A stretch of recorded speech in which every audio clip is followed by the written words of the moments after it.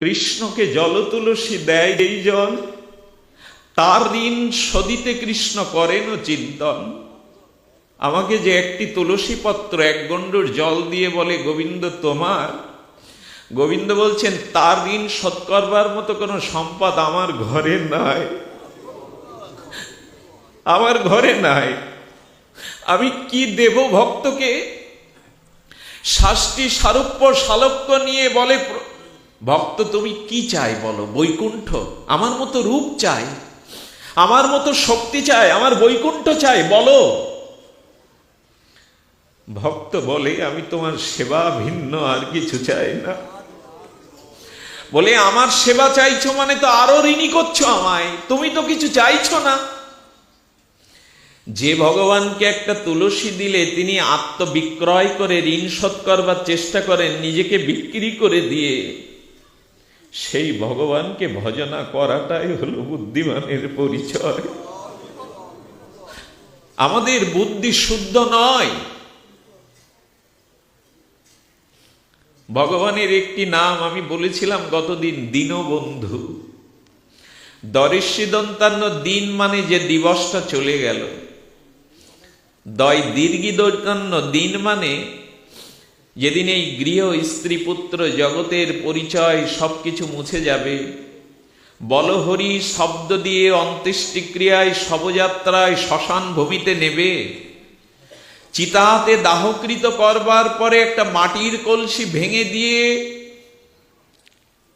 সবাই এই কথাই বলবে, ওদিকে কেউ ফিরে তাকিও না। ভগবান বলছেন আজ তো তোর সাথে কেউ নেই, এই জন্য তুই দিন আর আমি দিনের বন্ধু হই, আয় আমার কাছে আয়। ওই মহা সিন্ধুর ওপার থেকে ব্রহ্ম সঙ্গীতে ভগবান বললেন আয় ঘরের ছেলে ঘরে আয়, আমি দীনবন্ধু হয়ে তোর জন্য প্রতীক্ষা করছি। তাকে ভজন করাই হলো বুদ্ধিমত্তার পরিচয়। এই জন্য ঋষিরা বললেন যে অনিত্য অসুখ বস্তু পেয়েছ, এগুলো প্রিয় হলেও শ্রেয় না, এগুলো প্রিয় বটে। আমাদের প্রিয় বলেই তো দেহ সুখ, বৃত্ত সুখ, বৈভব, যশ খ্যাতিগুলো মালা করে পড়ি, এগুলো প্রিয় বটে, কিন্তু ঋষি বলছেন শ্রেয় না। এই জন্য কোনটি শ্রেয় কোনটি প্রেয়, এটি শ্রী গুরু মহারাজের সাধুগুরু অনুভবের কৃপা না হলে হৃদয়ে বোঝা যায় না। শ্রেয় প্রেয় সম্পর্কে ভগবান শঙ্করের একটি তত্ত্ব আমরা ভাগবতে পাই, আমাদের গোস্বামীগণের দৃষ্টান্তে পাই। এই বর্ধমান, পশ্চিমবাংলার বর্ধমানের কথাটি আপনাদের সকলের প্রায় জানা, তবু হরিকথা নব নবায়নমান, কোটিবার বললেও যা পুরাতন হবে না। শ্রেয় মধ্যে কোন শ্রেয় সার? মহাপ্রভু রায় রামানন্দকে এই জিজ্ঞাসাটা করেছিলেন, শ্রেয় মধ্যে কোন শ্রেয় সার? চৈতন্য মুখোদ্গীর্ণ এই জিজ্ঞাসা, মানে চৈতন্য মহাপ্রভু জিজ্ঞাসা করছেন রায় রামানন্দের কাছে, অনুভবীর কাছে, শ্রেয় মধ্যে কোন শ্রেয়? আমরা শ্রেয় আর প্রেয় বলছি, কোন শ্রেয় সার? রায় কহে কৃষ্ণ ভক্তি বিনা, ভক্ত বিনা শ্রেয় নাহি আর। প্রভু গো, কৃষ্ণ ভক্ত বিনা, কৃষ্ণ ভক্তি বিনা এই জগতে শ্রেয় বলতে আর কিছু নাই। প্রেয় আছে অনেক কিছু, শ্রেয় হলো ভক্ত আর ভক্তি।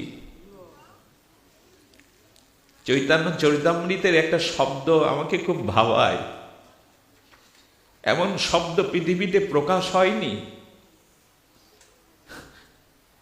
উনি বলছেন,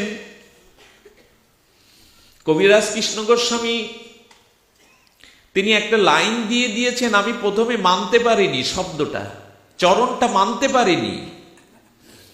চরণটা কি বিদগ্ধ, বলছেন ভক্তি বিনা জগতের নাহি অবস্থান।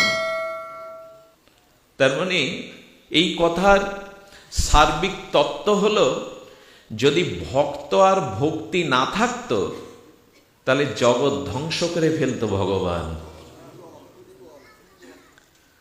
বলছে কেন? বলছেন ভক্তি বিনা জগতের নাহি অবস্থান। দৃষ্টান্তে বলছেন, যার কোটি কামধেনু গৃহে আছে, কামধেনু মানে যে দিব্য কামধেনু, অর্থাৎ গাভীর কাছে প্রার্থিত বস্তু সাথে সাথেই প্রাপ্ত হওয়া যায়। আপনি যা চাইবেন আপনার প্রার্থিত বস্তু যিনি সাথে সাথেই পূর্ণ করবার জন্য সমর্থ, তাকে বলে কামধেনু। যার গৃহে কোটি কোটি কামধেনু আছে, তার যদি একটা ছাগি মারা যায়, ছাগল মারা যায়, এদিকে তার ক্ষতি হয় গো? হয় কি? যার গৃহে কোটি কামধেনু, তার একটা ছাগি মরে গেলে শোক হবে কেন? গোবিন্দ বলছেন কি, এই জগৎটা আমি সৃষ্টিই করতাম না যদি আমার ভক্ত বা ভক্তি না থাকতো। বলছেন এই জগৎটা আমি রাখতামই না, এই জগৎ ধ্বংস করে ফেলতাম যদি আমার ভক্ত অবস্থান না করতো এই জগতে। বাবা বললেন কি গোবিন্দ, তাহলে এই অনন্ত বিশ্ব ব্রহ্মাণ্ড, এই চন্দ্র স্নিগ্ধ কিরণ, সূর্যের কিরণ জ্যোতিমালা, ফুলের বক্ষে সুগন্ধিত মধু, সৌরভ, পাখির কণ্ঠে পঞ্চম তান, নীলাকাশ, নক্ষত্র খচিত নীলাকাশ, সমুদ্র, হিমাচল, এই অপার পৃথিবীর সৌন্দর্য তোমাকে টানে না? বললেন এই অনন্ত পৃথিবীর ধ্বংস হলেও আমার কিছু যায় আসে না, আমি রেখে দিয়েছি আমার ভক্তি আর ভক্ত আছে। তাই ভক্তই আমার কামধেনু, আর এই অনন্ত বিশ্ব ব্রহ্মাণ্ডটা আমার কাছে ছাগির মতো। এ হাজার ধ্বংস করে ফেললেও আমার কিছু আসে না, শুধু আমার ভক্ত আছে বলেই আমি রেখে দিয়েছি। কি অবাক করা বিস্ময়কর কথা! জগৎটা ভগবানের লক্ষ্য না, কারণ তার তিন পাদ বিভূতি আছে।